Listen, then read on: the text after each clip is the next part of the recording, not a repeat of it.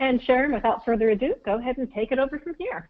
Okay, so hi everyone, and welcome to Foundations of Sustainability. I'm very excited to have so many people interested in this. So this is our first webinar in a whole series of activities and events that we will be providing to support you in strengthening your teen pregnancy prevention program, both now and in the future. And we're excited that so many of you have joined us for this webinar. I'm actually going to turn off my webcam and move to the slides now. So that you will be seeing that.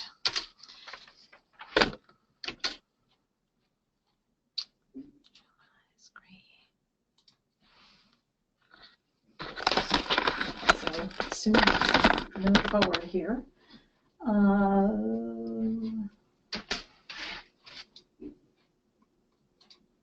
Okay, there we go. So as Cindy said, I am Sharon Vardatira, and our group is Nonprofit Funding and Fiscal Solutions. We're a division of the University of Massachusetts Donahue Institute. And I know I met some of you at last week's training, and I'm looking forward to meeting even more of you in the months to come. For those of you who didn't make it to Bethesda last week, the Donahue Institute is one of the 5 organizations that make up the LEAD Collaborative, which is funded by OAH to provide capacity building assistance to teen pregnancy prevention grantees in 5 key areas. Our area of specialization is community mobilization and sustainability. So just quickly, the Donahue Institute is the public service arm of the UMass President's Office. Think of us as a mid-sized consulting firm functioning in many ways independent from the university. We do not know most of the students who go here. I direct one of the Donahue Institute's 8 divisions called Nonprofit Funding and Fiscal Solutions, or NFFS. And we serve nonprofits of all sizes, from small grassroots startups to large multi-million-dollar national and international organizations. And we most commonly work with leadership teams, boards, executive and middle managers, fund development staff, and community members. So our goal as the community mobilization and sustainability capacity building assistance provider is to support grantees to mobilize their communities, leverage resources, and sustain TPP programs, I'll go to the acronym here, and their impact for the long term. So there I am, and I was just on the webcam. And some of you also noticed that Tom Klaus, who is our community mobilization specialist, is on providing some backup here too. Say hello, Tom. Hello, glad to be here. So Tom's been working in the field for many years, and I know many of you attended his training on working in rural communities last week. I saw a few of you commenting on it when you came in. He's also done a number of trainings and consultation for OAH grantees in the past. And in addition to Tom and myself, we have Cindy and also Brittany, who's providing some backup support. So just a quick background on myself. I've been working with nonprofits since, well, let's just say over 30 years. People have asked me how I came to this work, thinking I had to be formally trained in fund development or business. But like a lot of you, I first came into the nonprofit sector through volunteering on issues I care about. In fact, my earliest experience was working for a suicide hotline, which maybe is the perfect background for entering the arena of sustainability and fund development. Like I said, I've been at this for over 30 years as a fund development director, nonprofit executive director, and eventually consultant. But I learned early on to stay calm and keep breathing.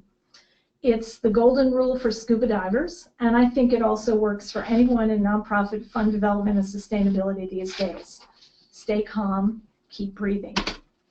So quick sidebar disclaimer here, the opinions expressed in this webinar do not necessarily reflect those of OAH, DHHS, or the US government.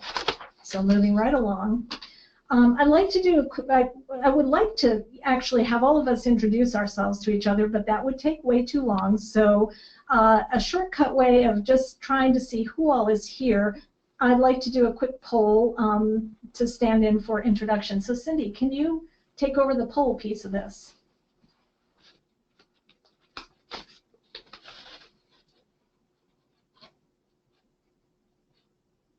So there should be a poll showing up on your screen. Please take a moment to vote. We'll leave this up for about 30 more seconds.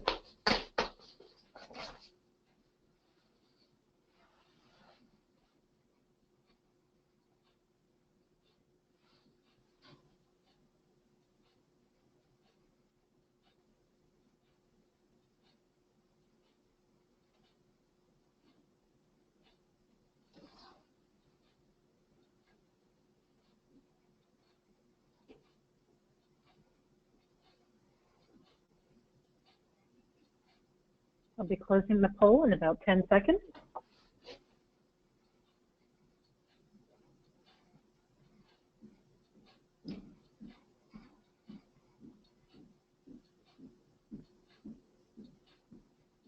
Okay, if you have not yet voted, go ahead and do your click.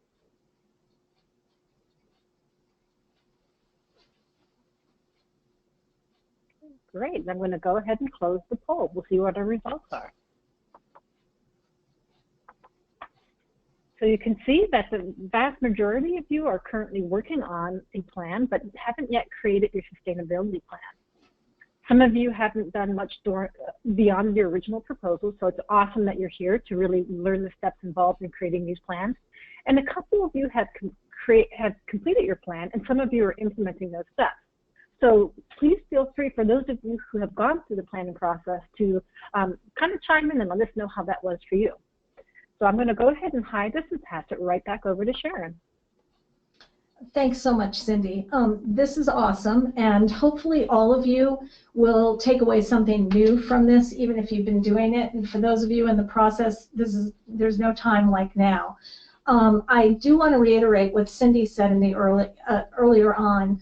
I love questions, and over 100 of you have registered, so it's hard to get all those questions out. But Tom's going to be reviewing any of the questions that come in, so type as they come up for you, and he'll let me know if there's something urgent I need to clarify or explain. And for more general questions, he may simply hold on to them until the end, or I'm going to ask for questions at a few points here, so keep that in mind. For those of you who've been to my webinars before, I tend to cover a lot of ground quickly. I think it's my feeling of urgency that we must all know everything. So if you need me to slow down, let me know. I also heard last week from a number of you who were at the conference that the OAH Sustainability Framework, awesome though it is, 2 manuals and a lot of steps, can sometimes feel a little daunting and hard to manage. So hopefully by the end of the session, you will be clear about how to tackle the planning process. I've done my best here to streamline it into discrete steps with accompanying easy-to-use tools. And it's all designed to help you complete a plan that will actually work for you. And as Cindy said, the whole PowerPoint presentation will be emailed to all of you after this session, and there are links in it to all of the tools that I'm going to be referencing, so keep that in mind. And then this will be recorded and available online afterwards. So what is sustainability? So this is a quote from Aesop's Fables that I've been using for years. It makes sense, right? It's best to prepare ahead. We all know that.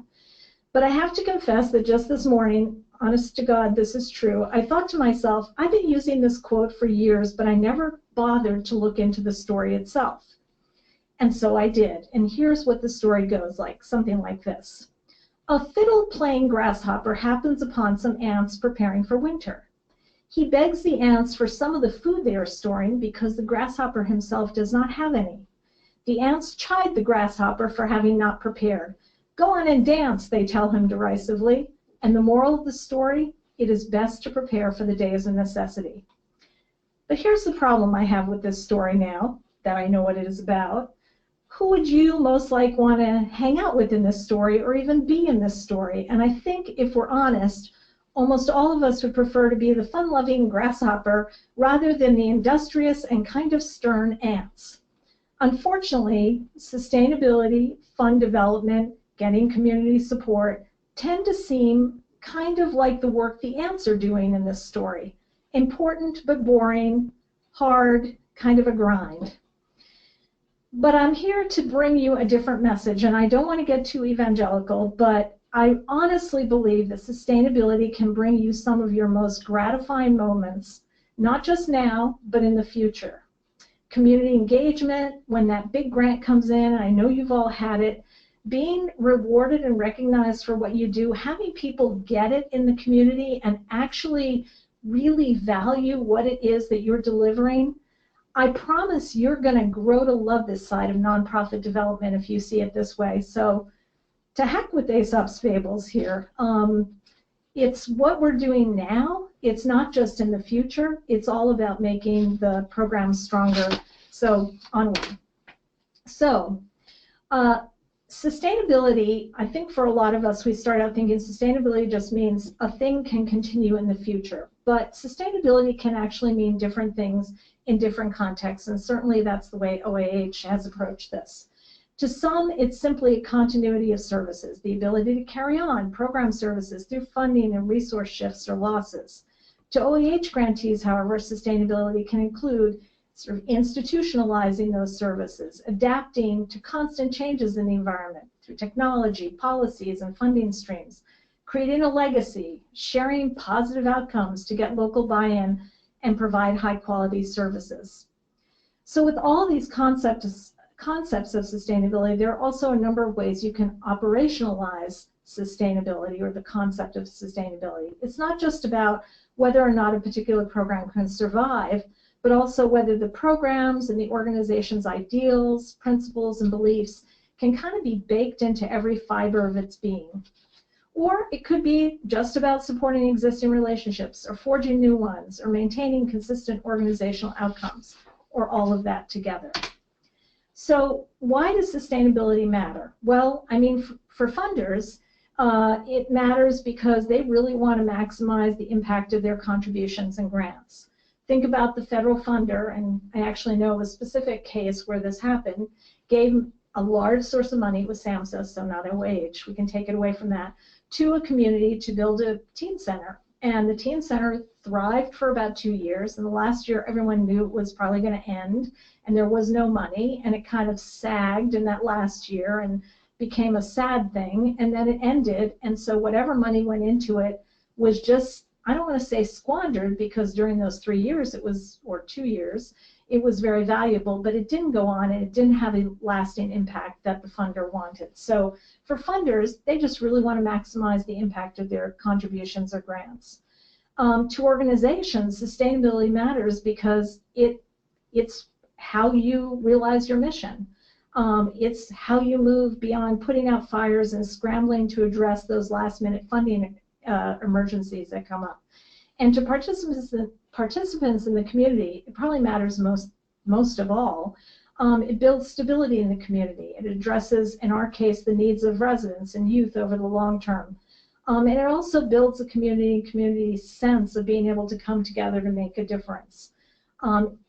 Not having sustainable programs, like in that example I just gave you, actually reinforces a community's sense of instability and impermanence and inability to move forward. In the case of the program I'm talking about, people were walking around going, yeah, it turns out we can't really have nice things. We can't have a program that endures. Our youth may get something for a short amount of time, and it just reinforced their sense of being less than. So I definitely focus on funding. Without the funding, as someone told me last week, I mean, it is about the funding, they said. If you don't have it, you really can't go on. And I would agree, diversified funding matters, but it's not just about the dollars. For TPP programs, sustainability is just about so much more than dollars. It also encompasses community investment and support, vision for the future and where the program is going, ensuring the organization is secure with a solid infrastructure, leadership, staff, volunteers, community advisory groups, and youth leadership councils that are invested in the programs, continuous improvement through evaluation, effective communications, effective fiscal systems, successful programs, creative problem solving. We could go on here, I'm sure. So that brings me to OAH's framework for achieving sustainability. There are, you're probably all somewhat familiar with this framework. There are 8 factors in the framework, and consider these factors or approaches that are commonly embraced by sustainable organizations. So if you're a sustainable organization, chances are good that you are really working on those 8 factors. They are part of who you are. So the 8 factors basically provide a foundation from which grantees can begin to build sustainability plans. When I first looked at the 8 factors, I quickly realized that they're actually a mix of things. An overarching goal, here you go, work approaches or strategies, and values. On this slide, I've organized the first 5 factors into that overarching goal, creating and implementing the Sustainability Action Plan, which is what we're doing here, or talking about doing, and 4 concrete sustainability planning action steps. So the planning process and the resulting action plan are likely to fail in the absence of any of these steps, which include building a leadership team, assessing your environment, and securing community support and strategic partnerships, all of which we're going to go into a little bit later. So thinking about community engagement, I really wanted to sort of reinforce this because it's such a core piece of the sustainability picture. I wanted to share a conversation I had recently with my brother, Dan. He is not in any way connected to TPP programs. In fact, he's an extreme winter sports enthusiast. So last month, Dan and his wife, Elaine, who are both that, winter sports enthusiasts, competed as a 2-person team in the Expedition Amundsen cross-country ski race in Norway. I have to get that right. This is an annual 63-mile cross-country race in winter across an area called the Hardangervidda, one of the most forbidding environments in the world. Sub-zero temperatures, potential whiteout conditions at any time, and oh yes, everyone has to compete pulling a 100-pound sled, men, women, everyone. And keep in mind that racers usually finish in something between 26 and 40 hours. So this is not a gun goes off and you're done in an hour. This is gun goes off and you're done 30 hours later. So the first Americans ever in history to compete in this race, my brother and his wife, were kind of just hoping to finish with dignity. And like all good athletes, they prepared by doing a massive amount of training at high altitudes. They consulted with experts and researched what equipment would work best. This is their own form of sustainability planning. But this is what surprised me and what suddenly made me think about this webinar when I heard this. There was one other thing they were intent on doing before starting the race. They made connections with the other racers. They shared some moose stew and broke bread. Okay, that did get my attention. And it wasn't just because it's nicer to live and compete that way, though it is, but it's because one of their key strategies, particularly if they were anticipating a lot of snow, and at different times you can have snow, and if anyone has ever broken snow on cross-country skis, time-consuming and difficult. They knew that the only way they could survive was to team up with the other teams, break trail together, and together make it to the finish line. So just something to think about as you're going forward. Although it may often feel as though you're competing with other nonprofits for limited dollars, they are also your most natural allies when times are tough. Joint fundraisers, sharing volunteers and outreach, educating decision makers about your program all work better if you are engaged with your community and can rely on others to step in when things get tough. And as to how Dan and Elaine fared on their race, that will have to wait until the end. So going on with the factors, the 3 other factors for sustainability, and that should actually say factors 6 through 8 up there. These I see more as key values in sustainability planning. So factor 6, being adaptable underscores the need to be able to change strategies if something you planned isn't working. For example, let's say you predicted that a certain fundraiser would bring in so much money and it didn't. When you have planning behind you, you can sort of see where it's coming in and not and change. We need a different strategy, or we need to do something different. Factor 7, integrating program and services into local infrastructure, is a really wonderful strategy. Having something become ingrained in, say, how DPH delivers a program ensures its impact will last and build. And finally, number 8, securing diverse financial resources is kind of the holy grail, if you will, of fund development, enabling organizations to survive losses in funding, build support in a variety of ways, and more fully tap available resources. So, any questions about the 8 factors and what I've covered so far? I just thought I'd give you a chance, Tom, to see if any questions that come in, you could pop them out, or I can just go forward. So far, so good, Sharon. Great, thanks, and, Tom. Feel free to move ahead if you like. Okay, will do. So the first step, sustainability planning is a process. That's the important thing to keep in mind. For many nonprofits, including many TPP grantees, the issue of sustainability is something they first tackle when they are writing a proposal, and sometimes it goes no further than that.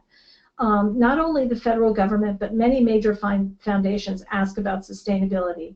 So it's not unusual for the grant writer to be the first person in the agency to develop a way to respond. But one person, or even a few people working alone, cannot advance sustainability. That approach doesn't foster buy-in, community support, or community mobilization on your behalf, and it certainly doesn't bring in new dollars or other resources. So I've broken the planning process down into two phases, a pre-planning phase and a planning phase. This is simple. I want to make sure you understand there are 3 pre-planning steps and 6 planning steps. So this is not all that different than any other kind of planning you might do, say strategic planning. So the pre-planning step 1 is getting the right people to the table. And just right off the bat, I want to say because OAH dollars cannot be used for direct fundraising, building sustainability requires the support of other key individuals and decision makers within agencies that operate TPP programs. While many of you are TPP program directors on this call or staff, there are also a number of you on this webinar who are fund development staff, volunteers, board members, and other people within the agency or community. And that's wonderful. I'm so glad that all of you came.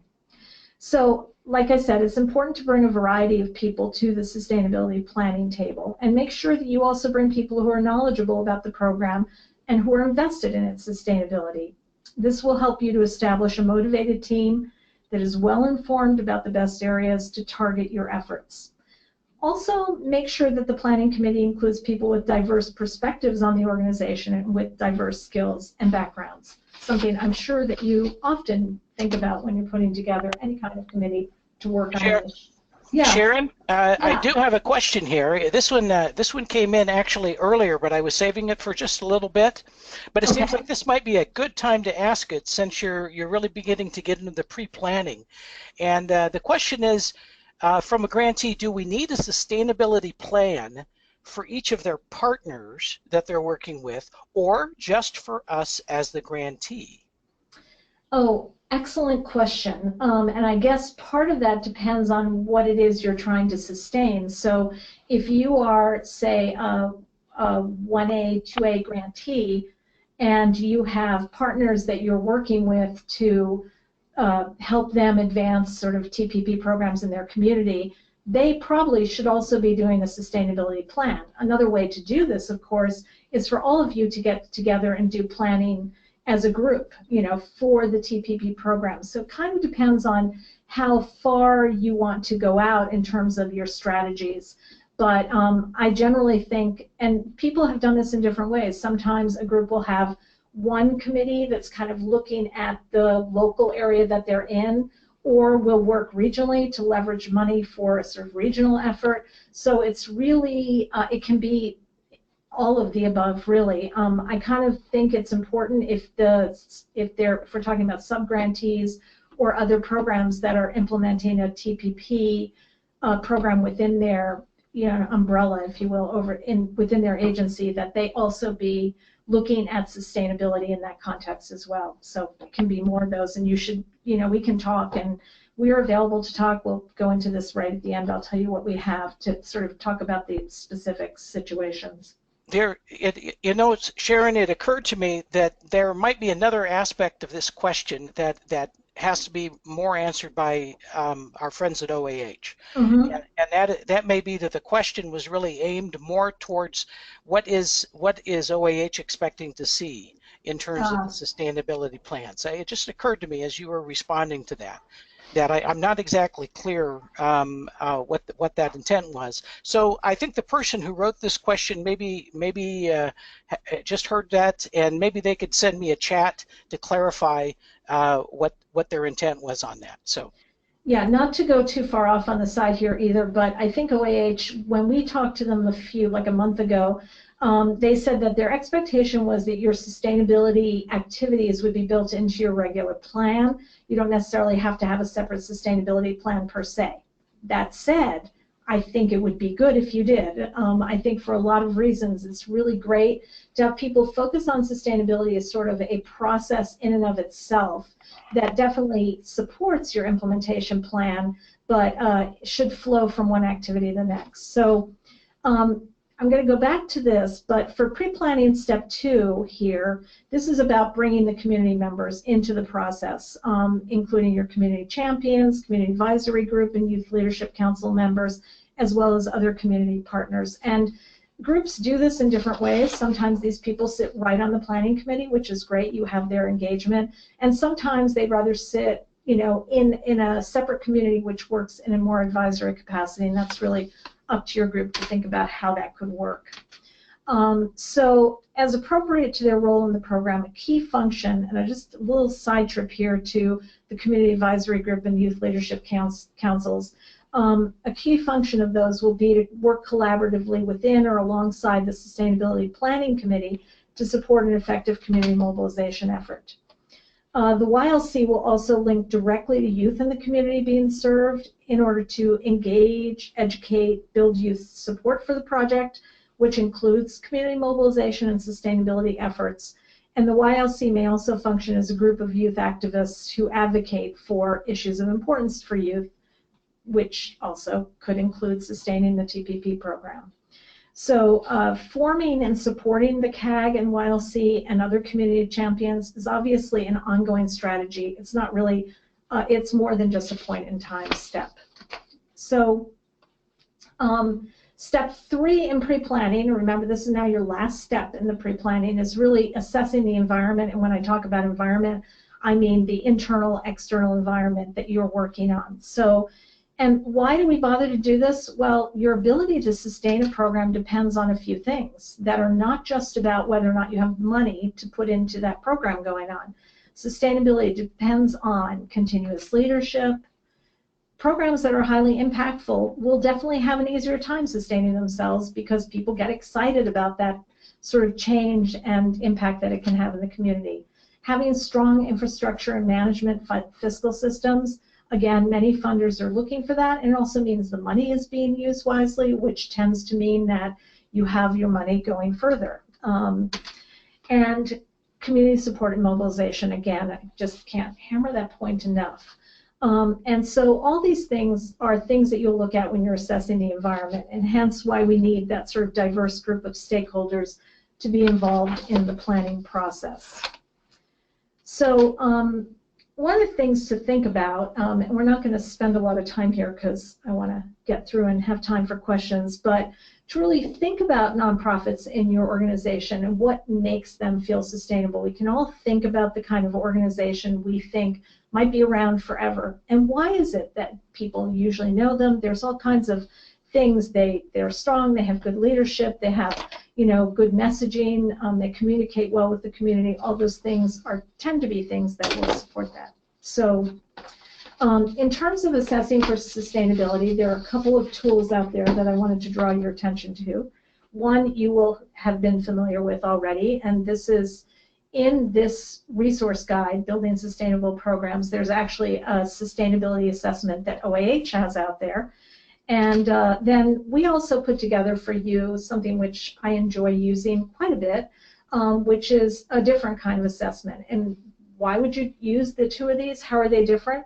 Well, first of all, let me clarify that what we were talking about here for both of these is different from the needs assessment that OAH has been encouraging you to complete, or which was done earlier this year to see what capacity building assistance you might benefit from. That is not what these are about. Unlike those needs assessments, this assessment process that we're talking about, this step 3, is really focused on giving you a snapshot of your program's current sustainability capacity, meaning essentially your ability to carry out your sustainability plan. The OAH tool really looks at the 8 factors, and you can assess using it how far you are in progressing on those 8 factors. And our organizational assessment, I think of it as kind of like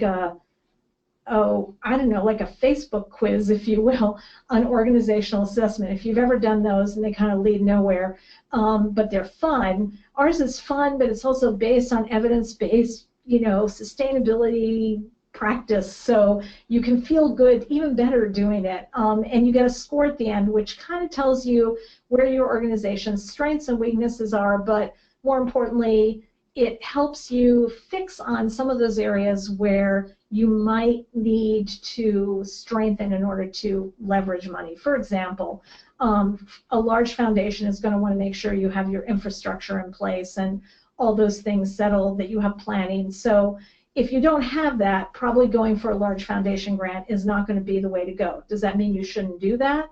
No, it just means that you need to look at strengthening that area before you do that. So this is a 32-question assessment. It doesn't replace any huge organizational assessment that you might do that's more comprehensive, but I love using it in particular with boards and smaller committees, 30 and under, because everyone can just sit down and in 10 minutes figure out where the organization's at and kind of compare notes. So it's a really great discussion builder in that way, and you'll be able to go check that out. So now we're going on to the planning, the actual planning pieces. So you have your committee together, you've done your assessment, and you have those results. And I always like to start out with the vision. And why do we do this? Well, this is the point where people get excited about what is in store, where they're going, sort of thinking about the future and what might be possible and even what they want to see happen. So we have, again, another tool here. It's a vision exercise tool. It's like 2 pages, 4 or 5 questions, which will help a group kind of focus on their vision and then bring that together and discuss. And some of the things that are important about this is, aside from not focusing to begin with on what we don't have, it really helps people focus on where we want to be going. But it also helps people kind of home in on what are the valuable things about the program, what do they want to continue. So this is a really important step in the process, and I think one of the more fun steps, actually. So sustainability planning steps 2 through 5. See how I'm just jogging through this here. So first of all, you want to, after you've done your vision piece, kind of integrate in your assessment findings. This is where your planning group identifies key organizational and program strengths, as well as challenges that emerge from the environmental assessment in relation to sustainability. Make sure you really home in on what's happening around community support and community mobilization now, as well as what you project in the future. Organizations sometimes find that a distinct community mobilization plan may be needed to sort of strengthen your community engagement program and organizational recognition if people don't sort of know who you are in the community, as well as support. So in step 3, the planning committee determines whether the entire TPP program will be continued or whether continuing components of the program, its services or activities, will actually facilitate continued positive outcomes for youth. To get at this, consider questions like, what aspects of the program are most effective and critical to the health and well-being of adolescents? How is that? What activities result in the most significant positive impact? Are there program components that are highly respected or supported by the larger community? And you'll be excited to know that we actually have a resource on the next page, I will link you to it, which sets out these questions and gives you a grid that you can kind of fill in to look at this. So step 4, now that you know what you want to sustain and have prioritized it, you're going to establish the budget. The planning committee is going to be answering questions like, what would it cost to implement the TPP program or key elements of it in future years, and what financial resources are required. In addition to cash resources, this is where you also consider in-kind resources that are currently available or could be expanded in the future. And of course, when you're doing this, you're taking into account step 3 and how your agency might want to implement the TPP program differently in the future. And then step 5 is important to understand the feasibility of different fundraising strategies. And we provided you with a nifty little resource here. Let's see if this works. This is what it looks like. Can everyone see that, I hope? So this is a resource. It's 2 pages and kind of gives you the pros and cons of each of the different kinds of fund development strategies. So this is really helpful. I have lots of people come to me and say things like, as I said before, we want to write a big grant, but they don't actually have the organizational capacity to do it. Or 2 people who are staff members in a program without any volunteers or board will say, we want to do a donor program. Very admirable, but also difficult to do without a lot of volunteers. So that is, I encourage you to check out that resource. So now you've done your research, you have your budget, and of course we come to, please go away. Okay, we come to sustainability planning step 6, which is where you really hammer out the details of the plan. And this is where the planning committee identifies specific strategies for sustaining the program or specific components of the TPP program. Some avenues to do this include leveraging internal resources, so in kind, or embedding activities, policies, or program components into other programs in your agency, tapping current fund development activities, or using alternative sources of agency income. Partnerships, shared programming, joint fundraising, partner picks up some components of your program, partner provides access to in-kind or cash resources. And then there's external resources, so that's revenue that's external to the agency or the practice partners, such as grants, donor appeals, etc. And this link, this particular tool, I think you'll find incredibly helpful. It outlines all 3 of these steps. So, all 3 of the pre-planning steps and all 6 of the planning steps here. Right in it, we've embedded the tools that you can use at different points. It gives clear instructions about what to do. Right now, you're looking at that page for step 3, kind of looks at each of the elements of the program. Are we going to maintain this, integrate it into other programs? And then, again, this is how to identify those goals and action steps point by point, gives you a couple of examples. And then I don't know why, but people love this grid or a grid like it. There are many out there, including OAH has one in the framework manual that is referenced here. But this is one that's worked well for me and organizations that we work with. So I encourage you to check this out. And obviously, you're going to make more copies. Your sustainability plan will not be 1 page long, probably. I won't say that couldn't happen, but I doubt it. So that's step 6, and then apparently I need to get that off first. So there's a few final steps in completing the development of the action plan. You have to get authorization to do it. You have to identify support and capacity building assistance needed, get stakeholder buy-in, finalize the plan, and then you're done. No, you're not done. You may feel like you can bask in the sun like this dog and chill, but final steps in developing the action plan are the last steps before you start actually implementing the plan. In other words, the plan is only worth something if it's used, lived with, altered, and adapted in response to any of the opportunities or challenges that you come across. So that's the overview of the planning process. Moving forward, there are some incredibly great resources available to you for free, which is exciting.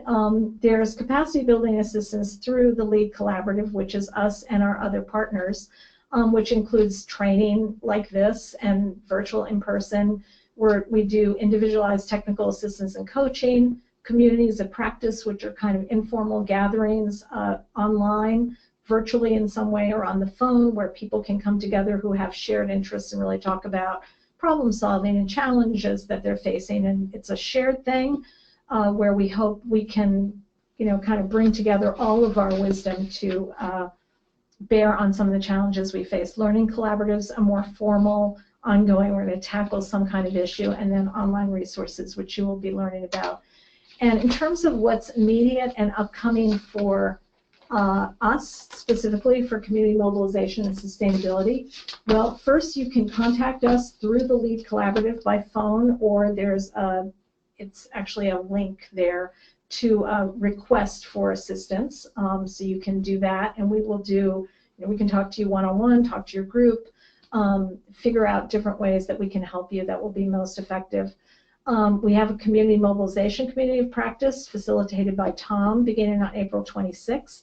There will be a sustainability community practice starting on May 2nd. So I'm hoping that many of you will be able to join in, and we're going to have a conversation at that first meeting to talk about what would be helpful for you, what kind of format would be helpful, and what kind of issues you want to tackle. And I hope you bring as many other, non-TPP program folks and TPP program folks to that as possible. I think one of the exciting things about sustainability is that we do engage so many people who are not just within the TPP program. So this is a great way they can stop in, check it out, see if it's exciting to them. And youth podcasts we're going to be doing related to community mobilization and sustainability. And finally, a big pitch here for our June conference, which will be out here in Amherst, Massachusetts at the University of Massachusetts, looking at building a bridge to the future of sustainability in action, where we're going to have a lot of sharing between grantees. We're going to have opportunities for people to really dig in and finish off their sustainability plans and start thinking about the implementation, as well as a lot of skills building and other kinds of things. So that's my jog through this, and we have some time for questions. So please ask away. I know that was a lot of ground covered quickly, but I appreciate your hanging out for it. So Tom. Okay, everyone. As we said earlier, please go ahead and make use of either your chat feature to type in a question, or you may raise your hand and we will take you off mute to verbalize your question. As we wait for those questions to come in, I also want to encourage everyone to hang out for a few minutes after the webinar. When we close the webinar, we will launch an evaluation survey, and your feedback is exceptionally important to us.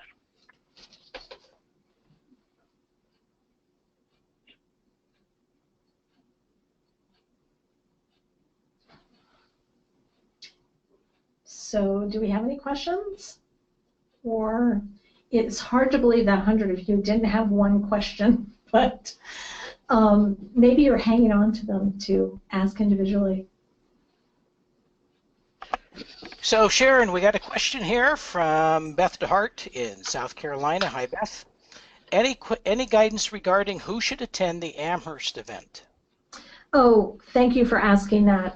We are encouraging really anyone, the same kind of group that you would bring to a sustainability planning process, to come to the Amherst event. So you're welcome to bring program staff, obviously, but we're also looking for you to bring any board members, fund development staff, executives and managers within your agency, as well as people who are involved with your program in the community. So CAG members and YLC members, all of the above are welcome. We're very open and encouraging of having as diverse a group as we can in terms of perspectives and sort of roles within the agencies. And I just saw the question about maximum number. I think it might have said in the guidance 3, but that was more guidance that we pulled up from the project directors meeting. So I don't know that we have to limit that to 3. So if you have more people who you want to come, there will be probably a process for first allowing a certain number to come and then opening it for more. But I'm not seeing any reason in particular to limit that at this point. Sharon Page McLeod wants to know too, is there funding assistance available for travel costs? So we don't have that assistance. I think the assumption that OAH makes is that that will probably be coming out of your OAH budget for your because there is definitely funding available for training and capacity building around sustainability and community mobilization. You can't use OAH dollars directly for fundraising, so you could not, hire us, say, to write a grant for you. But we can definitely do training and technical assistance around how to do that and building capacity around those issues. That was a great question, though. Thank you. All right, we got one more here. Lexi Zimbelman out in Portland sent a message. Do you have any easily accessible websites giving guidance and capacity building for CAGs and YLCs? So the LEAD Collaborative is actually in the process of setting up a website, and I think it should be up in, shortly, within the next few weeks, I'm thinking. Where all of these resources will be available, and we'll be building out more information for YLCs and CAGs. In the meantime, you are completely welcome to contact us, and we have materials, and we can also point you in the direction of materials available. OAH has right now on their website a number of resources related to CAGs and YLCs, as well as sustainability planning in general. So the specific tools that we have here, you can only get here and eventually on the the Lead Collaborative website. But there are a tremendous number of resources out in the OAH website right now. So again, if you contact us, we'll point you in the right direction. Anything you want to add, thanks Tom? A lot. Yeah. Well, I think you did well with that, Sharon. I know that OAH does have some resources relative to the CAGs and the YLCs. There was a training that I did for them last spring on CAGs and YLCs, both the webinar and then in-person training. I'm not exactly sure where those are housed. They very well may be on the OAH website or someplace else, but I believe that those are housed somewhere and may be available to folks. Mm-hmm. We could look into that and try to get back to you. Also, Paige is, oops. Nope, I'm sorry. Yeah, Paige has a comment here. She says, for smaller sub-grantees, establishing a sustainable community team is not necessarily feasible. I actually totally get that, Paige. One of the things I want to say is that I have worked doing sustainability planning with large organizations, hospitals, things like that, as well as teeny tiny organizations that have, maybe a handful of volunteers, a couple of staff. It's hard to do sustainability planning with just a couple of people, but you can do it, and people have certainly done it because nonprofits sometimes start out really small, and so we can talk more about that. You obviously don't have the whole diversity of a team that you might have ideally to work with, but you do have people who are, invested and care about the program somewhere. Otherwise, the program wouldn't be working. And I think you can also do, sort of a customized version of this. I've even sat down with groups and done whole sustainability planning processes within, a couple of meetings. So it can be done, at least establishing some first steps. This does not have to be and should not be like a highly daunting, complex process for anyone, really. There are some organizations that want to dig in more deeply in terms of what the community thinks about them, and I had one organization which did an entire survey to a city about themselves, but that's pretty unusual. It was interesting, I will say that. So I think that, yeah, there's ways to do this that should be able to accommodate anyone, really. Anything else? I love these questions. Yeah. Sharon, actually, I want to make sure when Paige was writing that, a couple other people were writing in as well, and unfortunately, it kind of broke up her question. And I think you have covered it though very nicely. But why don't I read the whole question to make sure that there's nothing that was missed. So she says, for smaller sub-grantees, establishing community team is not necessarily feasible. Then the next part says, it is essential if TPP is one of several programs. Do you offer a more simplistic tool or process? I would really suggest you go check out the tool in here, because I think, except for the fact that we encourage a lot of involvement in the sort of pre-planning stages, those tools will work for anyone. I recently did a sustainability planning process with a group of 10 people. It was 6 hours. We went through all of those steps. What I love about those steps, and I promise you the guide is 4 pages long, and that includes a chart for the plan itself and a chart on the step 3. Most of it is really quick guidance around how to do it, and I think you'll find it surprisingly straightforward and clear and simple for even very small groups to use. Thank you. If I make this is I'm sorry. Go ahead, Sharon. No. I was just going to say this. Mandy Ackerman has also posted in the chat that you all should be able to see. Just a reminder that Lead Collaborative website will be up soon. And she put a link in there for everyone to use to request resources on online resources and support. if you need it immediately. You also have these contacts here on the current slide for the UMass WSU folks who will be able to provide that assistance. Your primary contact initially should be Brittany, who will triage everybody and make sure that you're routed to the correct person. And Mandy Ackerman just wrote me, and it's actually Nicole Trevino that is signed in as Mandy Ackerman, by the way. Oh, hi, Nicole.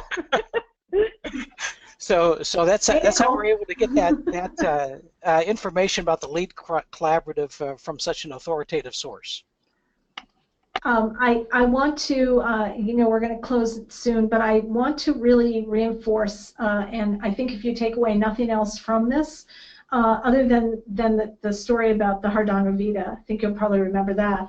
I think if you take away nothing else, it should be this. Sustainability planning is not a complicated thing. I think it's confusing because if you see two manuals that are in excess of 40 pages, you start thinking, oh my God, this is a lot to manage. It doesn't need to be, and I think a lot of those 40 pages, well, I think there's great information there, and I encourage you to check it out. Don't be overwhelmed by it. A lot of it is the theory behind it. A lot of it talks about things like putting together your logic model and other elements of programming which are important but are not necessarily the crux of the matter when it comes to sustainability planning, not to put down logic models. I would never do that.